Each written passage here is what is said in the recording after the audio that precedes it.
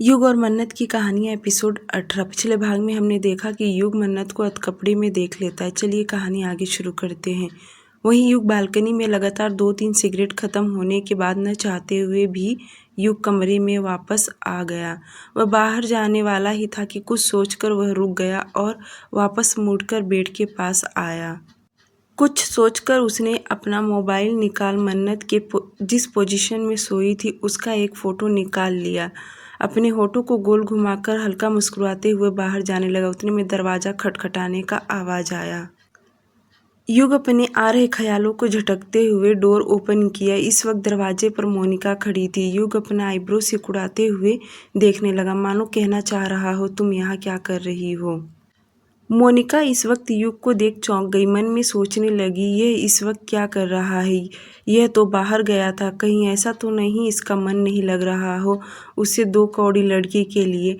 मोनिका को कुछ न बोलता देख युग सीरियस टोन में कहा, यह वॉचमैन की तरह क्यों खड़ी हो। युग के मुंह से खुद के लिए वॉचमैन शब्द सुन मोनिका को अंदर से बहुत गुस्सा आया। फिर भी अपने गुस्से को न दिखाते हुए मुंह पर स्माइल लिए बोली, वह मैं मन्नत से मिलने आई हूँ, हटो मुझे अंदर जाना है। युग इस वक्त दरवाजे पर हाथ टेक खड़ा हो गया और कहा, अभी इस वक्त सो रही है, तुम उससे बाद में मिल लेना। मोनिका कहाँ सुनने वाली थी। उसने कहा, बस 2 मिनट के लिए मुझे उससे मिलना है। युग कड़क आवाज में कहा, मैंने कहा ना वह सो रही है, मतलब सो रही है। युग के मुंह से इतना कड़वाहट वाला शब्द सुन जिस वजह से मोनिका नाराज होते हुए वहां से चली गई। मोनिका के जाने के बाद युग दरवाजा अच्छे से बंद कर दिया और नीचे आ गया। दूसरी तरफ नैना पहले 2 जगह पर इंटरव्यू सुबह सुबह दे चुकी थी। तीसरी इंटरव्यू देने वाली थी। वह उसके घर के एरिया के थोड़ा सा पास में था, जिस वजह से वो बहुत थकी हारी घर आ गई। थोड़ी देर घर आकर रेस्ट करने के बाद अपनी कजन सिस्टर की एक्टिवा लेकर वापस इंटरव्यू के लिए निकल गई। वहीं एरिया के पास में एक मैन्युफैक्चरिंग कंपनी जहां पर वह इंटरव्यू देने के लिए गई थी। उसने जल्दबाजी में अपनी एक्टिवा पार्किंग में आड़ा टेढ़ा लगाकर इंटरव्यू के लिए अंदर चली गई, क्योंकि इस कंपनी में एक रिक्वायरमेंट कैंडिडेट के लिए था जो उसे अर्जेंट कैंडिडेट चाहिए। लगभग 40 मिनट में नैना का इंटरव्यू हो गया और उसका टैलेंट कॉन्फिडेंस देख इस जॉब के लिए एचआर ने उसे हायर किया। 25,000 सैलरी भी दिया, जो नैना के हिसाब से काफ़ी ज़्यादा था। नैना खुश होते हुए कंपनी से बाहर निकल रही थी, पर जब उसने अपनी एक्टिवा की दुर्दशा देखी कि कोई लॉक किया हुआ गाड़ी को घसीट कर साइड में कबाड़े की तरह लगा रहा है, अब क्या ही था, नैना का पारा हुआ गर्म हो गया। वहीं इस कंपनी में रेहान मेहता भी आने वाला था और वह इस कंपनी के साथ एक प्रोजेक्ट डील करने वाला है, जिसका प्रेजेंटेशन लेकर आ ही गया था। उसके ड्राइवर ने जब गाड़ी पार्किंग में पार्क कर रहा था तो एक्टिवा की वजह से उसे कार लगाने में दिक्कत हो रहा था, जिस वजह से वह एक्टिवा लॉक होने के वजह से घसीट के साइड में किया। पर जब नैना ने यह देखी तो वह तूफान की तरह आई और उस ड्राइवर को चुटकी बजाते हुए बोली, क्या तुम्हारी आलू जैसी 2 आंखें दिखाई नहीं देता कि गाड़ी लॉक किया हुआ है, तो भी तुम उसे घसीट के साइड में कर रहे हो। अगर इस गाड़ी को कुछ भी हो गया ना तो तुम्हारा यह कार दिख रहा है ना, चकनाचूर करने में मुझे वक्त नहीं लगेगा। इस कार की तो मैं वह दुर्दशा करूंगी कि कबाड़े वाला भी इसे नहीं खरीदेगा। रेहान कार में बैठा अपना लैपटॉप लेकर निकल ही रहा था, पर उसने जब नैना को देखा कि उसके ड्राइवर के साथ बहस कर रही है, वह वहीं खड़ा हो गया। रेहान आज नैना को खा जाने वाली नज़रों से देख रहा था। रेहान को ऐसा लग रहा था शायद यह लोमड़ी जैसी लड़की लोगों को फंसाकर पैसे निकलवाती है। वह इतने गुस्से में नैना को देख रहा था जैसे अभी उसका मर्डर कर देगा, और उतने गुस्से में वह तिलमिलाते हुए आगे आया। अपने ड्राइवर को गुस्से में कहा, रोड पर चलने वाले हर किसी से तुम मुंह लगते हो क्या? उसके लिए तुम्हें मैं पेमेंट देता हूँ। नैना इतना सुन रेहान के तरफ देखी, उसे देखती रह गई। उसे यह लगा कि क्या ये मेरा पीछा कर रहा है उस दिन का बदला लेने के लिए। नैना उंगली दिखाते हुए बोली, ओ मिस्टर रायजादा, तुम क्या मेरा पीछा कर रहे हो? आज कहाँ रेहान चुप बैठने वाला था। वह भी गुस्से में बोला, तुम जैसी लड़कियों के में मुंह नहीं लगता, पीछा करना तो आसमान तक दूरी नाप लो। तुम जैसी लड़कियां, यह वर्ड सुन नैना के माथे पर जैसे आग लग गया हो। वह रेहान की आंखों के सामने चुटकी बजाते हुए बोली, तुम जैसी मतलब कैसी लड़की? अब क्या मुझे तुमसे सर्टिफिकेट लेना पड़ेगा? तुम मुझे बताओगी किस तरह की लड़कियों से तुम बात करते हो या नहीं करते हो? रेहान उसकी बातों को काटते हुए कहा, आज तुम्हें कितने पैसे चाहिए? क्योंकि आज भी तुम पैसों के लिए यह नाटक कर रही होगी, क्योंकि सेम एक्सीडेंट तो नहीं हो सकता। उस दिन भी तुमने लड़ाई झगड़े करके पैसे निकलवाए, बताओ आज कैसे निकलवाओगी? अब नैना को समझ नहीं आ रहा था कि यह बेवकूफ़ क्या बोले जा रहा है। वह आगे बोली, तुम्हें क्या बात करने की तमीज़ नहीं है कि लड़कियों से कैसे बातें करते हैं? रेहान हल्का मुस्कुराया और बोला, लड़कियों से बात करना मुझे नहीं आता है। वह क्या है ना, यह लड़कियों ने ही मुझे सिखाया है कि मैं उनसे किस तरह से बात करूं, समझी तुम? अब हटो मेरे रास्ते से। इतना एटीट्यूड में रेहान नैना के साइड से चला गया। वहीं नैना उसे जाता हुआ देखती रह गई। आखिर ये कौन घमंडी आदमी है? शाम का वक्त मेंशन में जब मन्नत का आंखें धीरे धीरे खुला, वह जब खुद को बिना कपड़ों में देखी उसे बहुत शर्म आने लगा। उसने खुद को ब्लैंकेट से कवर की और आसपास में देखी। उसे लगा अच्छा हुआ कि कमरे में कोई आया नहीं, और खुद के कपड़े उठाकर वॉशरूम में भागती हुई चली गई। जल्दी जल्दी कपड़े पहन खुद को रेडी की, खुद को तसल्ली भी दे रही थी कि अच्छा हुआ कि युग अभी तक घर लौटकर नहीं आया। मन्नत वॉशरूम में जाकर जल्दी से फ्रेश हुई और अपने कपड़े पहन और अपने आप बड़बड़ाते भी जा रही थी। अच्छा हुआ कि युग अभी तक आया नहीं। अगर वह आ जाता, मुझे इस तरह देख लेता तो क्या ही मेरे बारे में सोचता।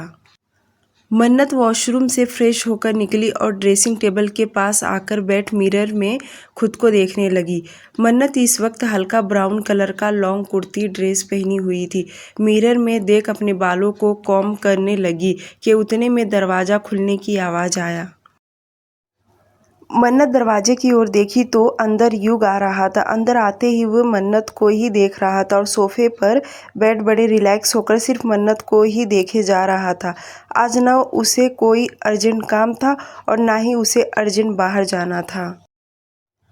मन्नत ने मिरर में देख लिया था कि युग उसे ही देख रहा है। वह पीछे पलटकर आंखें छोटी करते हुए युग की तरफ देखकर बोली, तुम इस तरह से मुझे क्यों देख रहे हो? युग अपना गर्दन टेढ़ा किया और होठों को गोल घुमाकर मुस्कुराते हुए कहा, अब क्या मैं तुम्हें देख भी नहीं सकता? मन्नत उस चेयर से उठ गई और बात को खींचते हुए बोली, बिल्कुल भी नहीं, समझे? युग शरारती भरी अंदाज में आगे कहा, मैं तुम्हें ना देखूं ये तुम कैसे मुझे रोकोगी? मन्नत युग को इग्नोर करते बाहर जाने लगी और जाते जाते बोली, बहुत सारे तरीके हैं जो मैं तुम्हें रोक सकती हूँ। इतना बोल मन्नत कमरे से बाहर निकल गई। सोफे पर बैठा युग मन्नत के बारे में सोचते ही रह गया और अपने आप उसके होठों पर मुस्कुराहट आ गया। पर अब जो भी हो, वह मन्नत के साथ रह के मुस्कुराना सीख रहा था। जब मन्नत नीचे आई तो मीरा जी रात में खाने के लिए क्या बनाना है डिस्कस कर रही थी। मन्नत उनके पास जाकर बैठी। मीरा जी ने प्यार से मन्नत से पूछा, बेटा तुम क्या खाना पसंद करोगी? तुम बताओ, तुम्हारे पसंद का खाना बनवा देती हूँ। मन्नत बच्चों की तरह अपनी उंगलियां गाल पर टैप करते हुए बोली, मैं तो सब कुछ खाती हूँ। मीरा जी हंसते हुए बोली, हाँ वह तो मुझे पता है तुम सब खाती हो, फिर भी तुम्हारे कोई पसंद का जो तुम्हें खाने का दिल हो वही बनेगा। मन्नत तुरंत चहकते हुए बोली, मैं मशरूम की सब्ज़ी खाना पसंद करूँगी। मीरा जी ने शेफ़ को रात के डिनर में सबके पसंद का ऑर्डर बता दिया। मीरा जी ने कहा, सबके लिए मशरूम की सब्ज़ी आज बना दो सिवाय युग को छोड़कर। युग के लिए आप सिर्फ पनीर की सब्ज़ी यह बनाओगे। जब मन्नत ने सुना कि युग के लिए पनीर की सब्ज़ी बनेगा तो वह तुरंत मीरा जी से पूछी, पर ऐसा क्यों माँ? मीरा जी ने कहा, युग को मशरूम की सब्ज़ी से एलर्जी है। वह कभी मशरूम नहीं खाता। बचपन में 1-2 बार खाया था, जिस वजह से उसकी तबीयत खराब हो गया। मन्नत मन में सोचने लगी, अच्छा हुआ अब मुझे इसके वीकनेस के बारे में पता चल रहा है। आखिर मैं भी तो इसे परेशान कर सकूं। मन्नत के दिमाग में कुछ शरारती करने का मन किया। वह युग को परेशान करने वाली थी, पर उसकी हेल्थ कंडीशन ख़राब है, जिस वजह से मन्नत ने सोचा इसका बदला वह बाद में लूँगी। मिस्टर युग बजाज। रात के 8 बजे सभी लोग डिनर करने के लिए डाइनिंग टेबल पर बैठे थे। जब सभी का डिनर ख़त्म हो गया तो मीरा जी ने कहा, बेटा मुझे तुमसे कुछ कहना है। यस मॉम, कहिए। मन्नत के बारे में कहना था। मैं चाहती हूँ कि वह अपने पापा के घर 2 दिन के लिए जाए, अपनी फैमिली वाले से मिलकर आए तो उसे अच्छा लगेगा। मन्नत को यकीन नहीं हो रहा कि युग की माँ उसकी फैमिली वालों से मिलने जाने के लिए कह रही है। वह तो शॉक्ड होकर देख रही थी। वहीं युग कुछ कहने के लिए अपना होंठ हिलाया ही था कि उसकी मॉम के आगे बोली, मैं इसके बारे में कुछ सुनना नहीं चाहती, बस मैंने कह दिया तो कह दिया। मैं कल मन्नत के पापा को यहाँ बुलाने वाली हूँ। अब क्या ही था, युग अपने मॉम के अगेंस्ट तो नहीं जा सकता। वह अपनी नज़रें उठाकर मन्नत की ओर देखा। वह अंदाज़ा लगा सकता था कि मन्नत का फेस फूल की तरह खिल चुका है। मीरा जी ने आगे कहा, बेटा तुम कल अपनी फैमिली वालों के पास जाओगी। मैं चाहती हूँ 1-2 दिन तुम उनके पास रहो ताकि तुम्हें अच्छा लगे। मन्नत जल्दी से उठकर मीरा जी को पीछे से हक कर ली। उसे ऐसा करता देख युग अपनी आईब्रो सिकुड़ाते हुए देखने लगा। मेहता बंगलो। नारायण जी अपनी जिगरी दोस्त के आने की खुशी में उसके मन पसंद का खाना और साथ में पूरे घर को भी सजाया था। रेहान को ये सब देख बिल्कुल भी अच्छा नहीं लग रहा था, फिर भी अपने डैड को नाराज़ नहीं करना चाह रहा, इस वजह से चुपचाप सब कुछ देखता रहा। कुछ समय बाद नंदकिशोर जी और उनकी बेटी निया मेहता बंगलों में आए। नारायण जी ने जैसे नंदकिशोर जी को देखा बहुत खुश हो गए। बचपन से दोनों दोस्त आपस में गले मिले और काफ़ी बातें करना स्टार्ट कर दिया।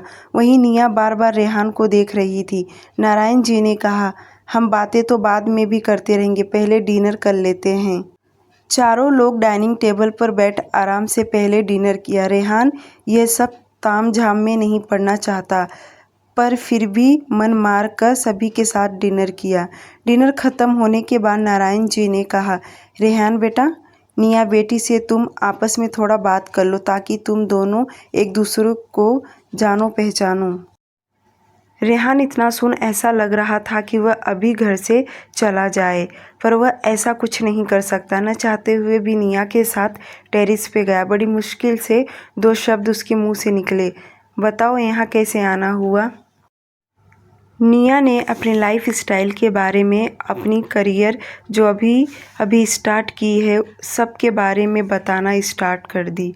वह भी इतना जल्दी शादी नहीं करना चाहती थी, पर अपने पापा के कहने पर उसने शादी करना मान गई। पर उसे ऐसा लाइफ पार्टनर चाहिए जो उसे पूरी तरह आज़ादी दे, यहाँ तक कि अपनी करियर खुद बनाए और आज़ाद पंछी की तरह रहे।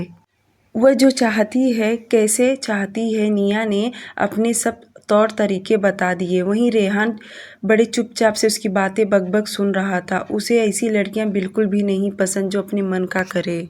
उतने में निया का मोबाइल रिंग करने लगा। वह रेहान को एक्सक्यूज़ मी बोलकर साइड में चली गई और बातें करने लगी। रेहान चुपचाप उसे देखता रहा। ऐसे ही देखते देखते 20 मिनट हो गया। वह फ़ोन पर इतना चिपक के बातें करने लग गई कि उसे यह भी ख्याल नहीं कि कोई उसका इंतज़ार कर रहा है। वह हंस हंस के बातें फ़ोन पर किए जा रही थी। रेहान और भी उसे नफ़रत भरी नज़रों से निया को देख रहा था और खुद के मन में कहा, ये औरतें होती ही सभी फसाद की जड़। इतना बोल वह सीढ़ियों से उतरते नीचे चला गया। बजाज मेंशन युग का कमरा। युग बालकनी में आकर अपने दोनों हाथ जेब में डाले आसमान में देख रहा था। उसके चेहरे का भाव बिल्कुल अलग था। उसका चेहरा देख कोई नहीं कह सकता कि वह क्या सोच रहा है।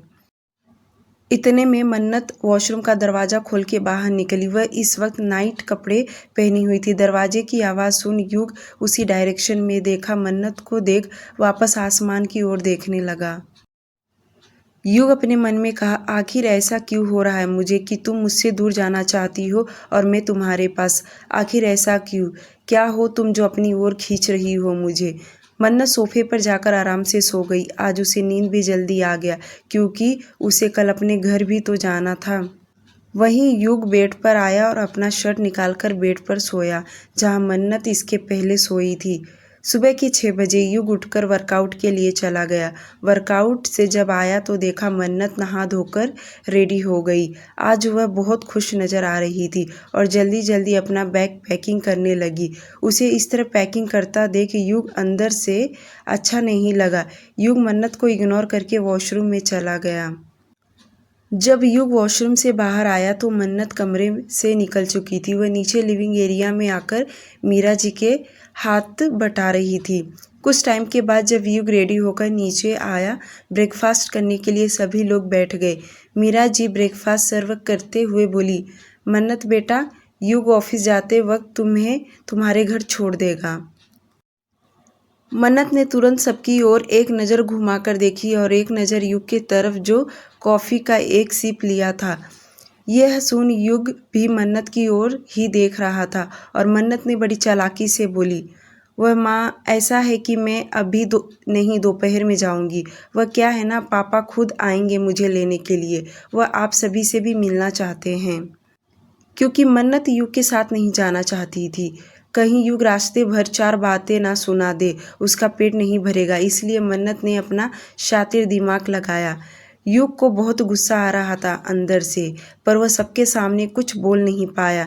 मन में सोचा, उड़ लो जितना उड़ना है, तुम्हें सिर्फ 2 दिन और उसके बाद तुम्हें यहीं रहना है। मीरा जी ने कहा, यह तो बहुत अच्छी बात है कि तुम्हारे पापा आएंगे। क्या तुमने कॉल किया, उन्हें बताया ना? हाँ माँ, मैंने उन्हें रात को ही बता दी। इतना बोल मुस्कुराने लगी। युग मन्नत से बात करना चाहता था, पर मन्नत तो कल रात से बिजी हो गई, यहाँ तक कि वह युग को पूरा इग्नोर कर रही थी। युग उठा और ऑफिस के लिए निकल गया। वहीं कुछ वक्त के बाद केशव जी पहली बार मेंशन में आए। उन्हें पूरा यकीन था कि युग उनका बिना बेइज्जती किए छोड़ेगा नहीं, पर वह अपनी बेटी के लेने के लिए आए हैं। आज बेइज्जती हो या कुछ भी, वह सब सहन कर लेंगे। आखिरकार उनकी बेटी जो है इस घर में। जब वह मेंशन के अंदर आए तो मीरा जी और दादी दोनों ने उनकी बहुत अच्छी से इज्जत और सम्मान दिया, जो कि केशव जी को जरा भी यकीन नहीं हो रहा क्या युग इस घर का बेटा है। उनके मन में कई तरह के सवाल चल रहे थे, पर वह अपनी बेटी को देख बहुत खुश हो गए। वह सोचने लगे, जो भी हो, जैसा भी हो, युग की फैमिली तो बहुत अच्छी है, जो मेरी बेटी सुकून से रह सके। लगभग आधे घंटे तक उन्होंने केशव जी का इज्जत और आदर सम्मान से मन्नत को उनके हवाले सौंप दिया। जब यह दोनों गाड़ी में आकर बैठे, केशव जी ने मन्नत से कहा, बेटा, मुझे यकीन नहीं हो रहा कि वह शैतान इस घर का बेटा है। इतना सुन मन्नत हंसने लगी और हंसते हुए बोली, पापा, मुझे भी यकीन नहीं होता, पर दादी और माँ दोनों बहुत अच्छी हैं। इतनी इतनी इतनी अच्छी हैं कि मैं बता नहीं सकती हूँ। वह मुझे अपनी बेटी की तरह मानती हैं। केशव जी अपनी बेटी के मुंह से उन लोगों की तारीफ सुन उन्हें अंदर से बहुत सुकून मिल रहा था। वह यही तो चाहते थे। जब केशव जी और मन्नत अग्रवाल हाउस पहुंचे तो पीहू मन्नत के गले लगकर झूमने लगी। काफ़ी दिनों से वह अपनी फैमिली से दूर रहने के बाद आज उसे मौका मिला है एक साथ रहने के लिए। सीमा जी मन्नत को देखकर जरा भी खुश नहीं थी। अब तो उसकी शादी भी हो गई है, तो भी वह उसे देखना नहीं चाहती थी, भले 1 दिन या 2 दिन हो। फिर भी केशव जी की वजह से मुंह बनाते हुए मन्नत की आरती उतारी। मन्नत अपने घर बहुत बिजी थी, यहाँ तक कि उसे किसी का भी ख्याल नहीं था। पड़ोस में सुजाता जी, बाकी लोगों से भी वह सभी से मिलने चली गई। ऐसे ही दिन कट गया। कब शाम हुआ और शाम से रात हो गया, कुछ पता नहीं चला। इधर आज युग घर जल्दी नहीं आया था, तो घर वाले सभी डिनर कर रहे थे। युग लेट आएगा उसने पहले ही इन्फॉर्म करवा दिया था। घर पर सभी लोग डिनर कर रहे थे। मोनिका को आज बहुत अच्छा लग रहा था कि मन्नत नहीं है। घर कितना शांत और अच्छा माहौल बना हुआ है, पर एक की कमी है, आज युग भी उनके बीच में मौजूद नहीं था। दादी खाना खाते हुए बोली, शहजादी अपने मायके गई तो शहजादा घर जल्दी नहीं आया, उसकी यादों में काम कर रहा है, नहीं तो दिन में कितने चक्कर लगा लेता। दादी यूं ही मजाक बना रही थी, पर युग इस वक्त था नहीं तो क्या फ़ायदा। वहीं रात 11 बजे जब युग अपने घर अपने कमरे में आया तो उसका कमरा पूरा सन्नाटा था। देखा जाए तो पूरे कमरे में अंधेरा छाया हुआ था, क्योंकि मन्नत के होते हुए हमेशा लाइट ऑन ही रहता। युग सोफे पर बैठ गया जहां मन्नत सोया करती। पूरे कमरे में एक बार नज़र घुमाया और बालकनी में चला गया। सिगरेट निकालकर लाइटर से जला, अपने होठों के बीचों बीच सिगरेट को दबा लिया। कुछ देर ऐसे ही सिगरेट की कश लेते सोचने लगा। अपना मोबाइल निकाल और सोचा कि सुबह से गई है, उसने ना एक मैसेज ना कॉल की। युग मोबाइल में देख रहा था कि उसे मन्नत का कल निकाला हुआ पिक्चर दिख गया, जो कि युग की उंगलियां अपने आप उस पिक्चर पर चला गया और वह अपने अंगूठे से उस पिक्चर पर फेरने लगा। युग मन्नत का नंबर अपने मोबाइल में सर्च किया और डायल करने ही वाला था कि कुछ सोचकर रुक गया। खुद से बड़बड़ाते हुए कहा, क्या इतनी रात को मुझे उसे कॉल करना चाहिए? फिर मोबाइल को हाथों में गोल गोल घुमाते हुए कहा, नहीं, मुझे इतनी रात को उसे कॉल नहीं करना चाहिए। युग बालकनी में इधर से उधर घूम रहा था। फिर न चाहते हुए भी उसने मन्नत का नंबर डायल कर दिया। मन्नत इतनी रात को सुकून से अपने बेड पर पीहू के साथ सो रही थी। जब उसका मोबाइल रिंग करने लगा तब वह इतनी नींद में थी कि उसने कॉल आईडी बिना देखे ही कॉल रिसीव कर ली और नींद भरी आवाज़ में हेलो बोली। वहीं युग मन्नत का आवाज़ सुन चुप हो गया। उससे बोला नहीं जा रहा था। उसे समझ गया कि मन्नत सोई हुई थी और मैंने उसे जगा दिया। अब क्या बोले, उसे समझ नहीं आ रहा था। फिर भी कुछ सोचते हुए कहा, क्या तुमने मेडिसिन्स ली? वहीं मन्नत इतनी गहरी नींद में युग का आवाज़ सुन आंखें पूरी तरह से खुल गया और वह उठकर बैठ गई। अलसाई आवाज़ में बोली, तुम मुझे ये पूछने के लिए इतनी रात को कॉल कर रहे हो कि मैंने दवाई खाई कि नहीं खाई? युग कुछ कह पाता कि मन्नत कंटिन्यू बोले जा रही थी, क्या मैं अब अपने घर पर भी चैन से नहीं सो सकती हूँ? ये यहाँ पर थी तो इसे क्या किसी ने सोने के लिए मना किया था? युग अपने मन में सोच रहा था। युग गुस्से में बोला, ठीक है, सो जाओ तुम। इतना बोलकर कॉल कट कर दिया। कॉल कट करने के बाद युग खुद से बड़बड़ाने लगा, एक तो मैंने इसे कॉल किया, ऊपर से ये मुझे ही तेवर दिखा रही है। ठीक है, एक दिन और फिर तुम्हें बताता हूँ मिसेस बजाज। इतना बोल युग कमरे से चला गया। वहीं मन्नत मोबाइल बंद करके टेबल पर फेंक ब्लैंकेट ओढ़कर सो गई। आखिर कितने दिनों के बाद उसे चैन की नींद सोने को जो मिला है। नेक्स्ट मॉर्निंग नैना का आज जॉब का पहला दिन था। बहुत ही खुश थी और एक बढ़िया सा ड्रेस पहन जल्दी से ऑफिस तैयार हो गई जॉब पर जाने के लिए। 9 बजे जब वो ऑफिस पहुंची तो उसे एचआर ने अपने कैबिन में बुलाया और कहा, हमने अपनी कंपनी के लिए सूटेबल कैंडिडेट रख लिया है, अब कोई रिक्वायरमेंट नहीं है, तुम दूसरी जगह जॉब देख सकती हो। नैना इतना सुन शॉक्ड हो गई और वह बोली, पर यह कैसे हो सकता है सर? आपने तो मेरा इंटरव्यू लिया था, आपने मुझे ऑफ़र लेटर दिया है, फिर आप ऐसे कैसे कह सकते हैं कि मेरी जगह आपने सूटेबल कैंडिडेट रख लिया है? इंटरव्यू लेने के टाइम पर आपने तभी क्यों नहीं बताया कि मैं सूटेबल हूँ या नहीं हूँ? एचआर ने कहा, अब हमें तुम्हारी आवश्यकता नहीं है। नैना इतना जल्दी कहाँ हार मानने वाली थी। उसने भी एचआर की बातों को न मानते हुए कहा, फिर आपने मुझे क्यों ऑफ़र लेटर दिया? आपने आज से क्यों मुझे जॉब ज्वाइन करने के लिए कहा? अगर प्रॉब्लम था तो आप पहले ही बता देना चाहिए था आपको।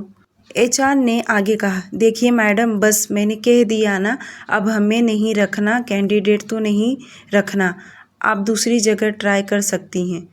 पर ऐसे कैसे मैं दूसरी जगह ट्राई कर लूँ बिना कोई रीज़न के? एचआर और नैना का बहस बढ़ते जा रहा था। उन दोनों को इस तरह बहस करता देख कंपनी का मैनेजर केबिन में आया और कहा, तुम दोनों इस तरह से कैसे बहस कर रहे हो? नैना ने तुरंत मैनेजर को जो अभी तक हुआ वह सब बताना स्टार्ट कर दी कि मैनेजर ने कहा, देखो, हम तुम्हें इस जॉब से नहीं निकाल रहे थे, पर हमारा जो डीलर है उसने तुम्हें जॉब से निकालने के लिए कहा है। अगर हम तुम्हें जॉब से नहीं निकाले तो हमारे साथ डील नहीं करेंगे और इतनी बड़ी डील मैं डील करना चाहता हूँ, इसलिए मैंने तुम्हें जॉब से निकालने के लिए हाँ कह दिया। नैना उसके मुंह से ये सुन आंखें छोटी करते हुए बोली, कौन है ऐसा जो मुझे निकालना चाहता है? आखिर किसके साथ मेरी दुश्मनी है? रेहान मेहता। रेहान मेहता नाम है उनका, मेहता इंडस्ट्री के CEO। अब जाकर नैना को सारा माजरा समझ में आया, क्योंकि वह 2 दिन पहले जो मेहता इंडस्ट्री में इंटरव्यू के लिए गई थी, जो कल उसके साथ बहस की, वही बेवकूफ़ इंसान। मैनेजर ने अपने दोनों हाथ फोल्ड किए आगे कहा, तुम हमें बोलने के बजाय उन्हें जाकर बोलो। हम क्या कर सकते, वह शायद तुम्हारी बात सुनेंगे। नैना मन में कही, हाँ यह तो ठीक है, उसी से जाकर पूछती हूँ, आखिर उसकी इतनी हिम्मत कैसे कि उसने मुझे जॉब से निकलवा दिया। नैना अपने बैग उठाई और जल्दी से कंपनी से बाहर निकली। बाहर जाते ही उसने ऑटो में बैठ मेहता इंडस्ट्री पहुंच गई। उस कंपनी का वॉचमैन और रेहान का असिस्टेंट सभी लोग नैना को देखते हैं जान गए, पहचानते भी क्यों नहीं, उनकी पहली मुलाकात थी ही कुछ खास। नैना अमन के पास जाकर बोली, तुम्हारा बॉस कहाँ है, मुझे उनसे मिलना है। अमन ने कहा, सर अभी तक आए नहीं। नैना को यकीन नहीं हो रहा था कि थोड़े टाइम में रेहान आ गया और नैना को देख अपने आंखों पर चढ़ाए हुए गॉगल्स उतार नैना के सामने आकर खड़ा हो गया। नैना ने उंगली दिखाते हुए बोली, ओहो अच्छा, तो तुम हो इतने बड़े बिजनेस टाइकून, रहकर मुझ जैसे से हार गए, इसलिए मुझे छोटा सा जॉब भी नहीं करने दिया जो निकलवा दिए। रेहान नैना को इग्नोर कर अपने कैबिन में चला गया। उसके पीछे पीछे नैना भी गुस्से में कैबिन में आई। रेहान चेयर पर बैठते हुए कहा, तुम्हारी गलतियों की वजह से तुम्हारा जॉब गया। क्या गलती थी मेरी, मैंने ऐसा कौन सा तुम्हारा क्राइम कर दी हूँ कि जो तुमने मुझे जॉब से निकलवाने के लिए उस कंपनी के मैनेजर को कहा। तुम्हें ज़रा भी अंदाज़ा है अगर किसी को जॉब नहीं मिलता तो उस पर्सन या उसकी फैमिली पर कितना तकलीफ़ उठाना पड़ता है, पर तुम्हें कैसे समझेगा, अमीर लोगों में आते हो ना। यह लाइन बोलते वक्त उसकी आंखों में हल्का पानी आ गया था और अपना बैग ठीक करते हुए बोली, मुबारक हो तुम्हें किसी के घर का रोजी रोटी छीनने के लिए। इतना बोल नैना वहाँ से जाने लगी। उसे जाता देख रेहान सिर्फ देखता रह गया। नैना के जाने के बाद रेहान अपने असिस्टेंट अमन को बुलाया और कहा, मुझे इस लड़की के बारे में डिटेल्स चाहिए। अमन ने कहा, जी सर, मुझे बस 1 दिन का टाइम दीजिए। इतना बोल अमन वहाँ से चला गया। 2 दिन बाद आज मन्नत को मेंशन जाना था। उसका मन जरा भी नहीं कर रहा कि वह युग के घर जाए, पर अगर वह नहीं गई तो युग यहाँ आ जाएगा। केशव जी, पीहू, सीमा जी सभी लोग मन्नत को उसके घर जाने के लिए मिठाइयों के बॉक्स रेडी कर रहे थे, क्योंकि अब एक बार रिश्ता जुड़ गया है, उसे निभाना तो पड़ेगा। और मीरा जी दादी का तो स्वभाव बहुत अच्छा है, जैसे उन लोगों ने उनकी खातिरदारी की, उन लोगों को भी उनका सम्मान करना ही पड़ेगा। दिन में यही सब तैयारी चालू था कि अचानक से केशव जी को कॉल आया। फिर उन्होंने जैसे कॉल रिसीव किया, यह कॉल दिल्ली से था। मन्नत की नानी ने किया। वह रोते हुए बोली, मन्नत के नाना बहुत ही सीरियस कंडीशन में हैं, वह मन्नत को एक बार देखना चाहते हैं, क्या तुम उसे लेकर आओगे। केशव जी इतना सुन बेचैन हो गए और टेंशन में पूछे, आखिर उन्हें क्या हुआ है। उनको इस तरह टेंशन लेते हुए मन्नत, पीहू, सीमा जी देखने लगी। मन्नत आगे आकर बोली, पापा कौन है, किसे क्या हो गया है। केशव जी के हाथ से मोबाइल लेकर मन्नत बात करने लगी। जब उसने अपनी नानी का आवाज़ सुनी तो वह खुश होने के बजाय रोने लगी, क्योंकि फ़ोन की दूसरी ओर से उसकी नानी फूट फूट कर रो रही थी। उनका रोना सुन मन्नत भी रोने लगी। फिर मन्नत शांत होकर बोली, नानी क्या हुआ, क्यों तुम रो रही हो। नानी ने कहा, बेटी तेरे नाना की बहुत तबीयत खराब है, वह तुझे देखना चाहते हैं, तेरे पिताजी को कह रही हूँ तुझे लेकर आए। नानी आप रोइए मत, मैं आऊँगी नाना से मिलने। मन्नत को इतना कहते सुन केशव जी मन्नत को देखने लगे। फ़ोन रखने के बाद मन्नत अपने पापा को देख बोली, पापा मुझे दिल्ली जाना होगा। केशव जी फिक्र जताते हुए बोले, बेटा अगर तुम दिल्ली गई तो तुम्हें पता है ना युग क्या करेगा। मुझे फ़िलहाल उसका कोई फिक्र नहीं, वह क्या करेगा क्या नहीं करेगा, पर अभी की तुरंत ट्रेन पकड़ना पड़ेगा, मुझे दिल्ली जाना ही होगा। केशव जी बोले, फिर मैं भी तुम्हारे साथ चलता हूँ। नहीं पापा आप मत आइए, मैं सिर्फ 2 दिन के लिए जाऊँगी और मैं जल्दी आ भी जाऊँगी। आप जाओगे, आप इतना दूर ट्रैवलिंग करने की वजह से आपकी तबीयत खराब हो जाएगा। लगभग केशव जी और मन्नत में 1 घंटे तक बहस शुरू हुआ। केशव जी बोले, मैं भी तुम्हारे साथ चलूँगा। पर मन्नत बोली, नहीं पापा, आप यहीं रहोगे क्योंकि आप ज़्यादा ट्रैवलिंग करने से आपकी तबीयत ख़राब हो जाएगा और आपको फैक्ट्री का काम भी देखना है, जिस वजह से आप यहीं रहोगे। बहुत देर बहस करने के बाद आखिरकार केशव जी मान गए और मन्नत जल्दी से अपना पैकिंग की और दिल्ली जाने के लिए रेडी हो गई। केशव जी बोले, ठीक है, मैं तुम्हें स्टेशन तक छोड़ आता हूँ। मन्नत हाँ में गर्दन हिला दी और केशव जी मन्नत दोनों मुंबई रेलवे स्टेशन पर चले गए।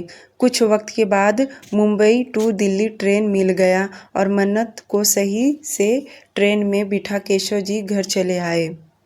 तो आज के लिए सिर्फ इतना ही। डियर लिसनर, प्लीज़ आप लोग मेरे चैनल को सब्सक्राइब कर लीजिए। Thank you so much.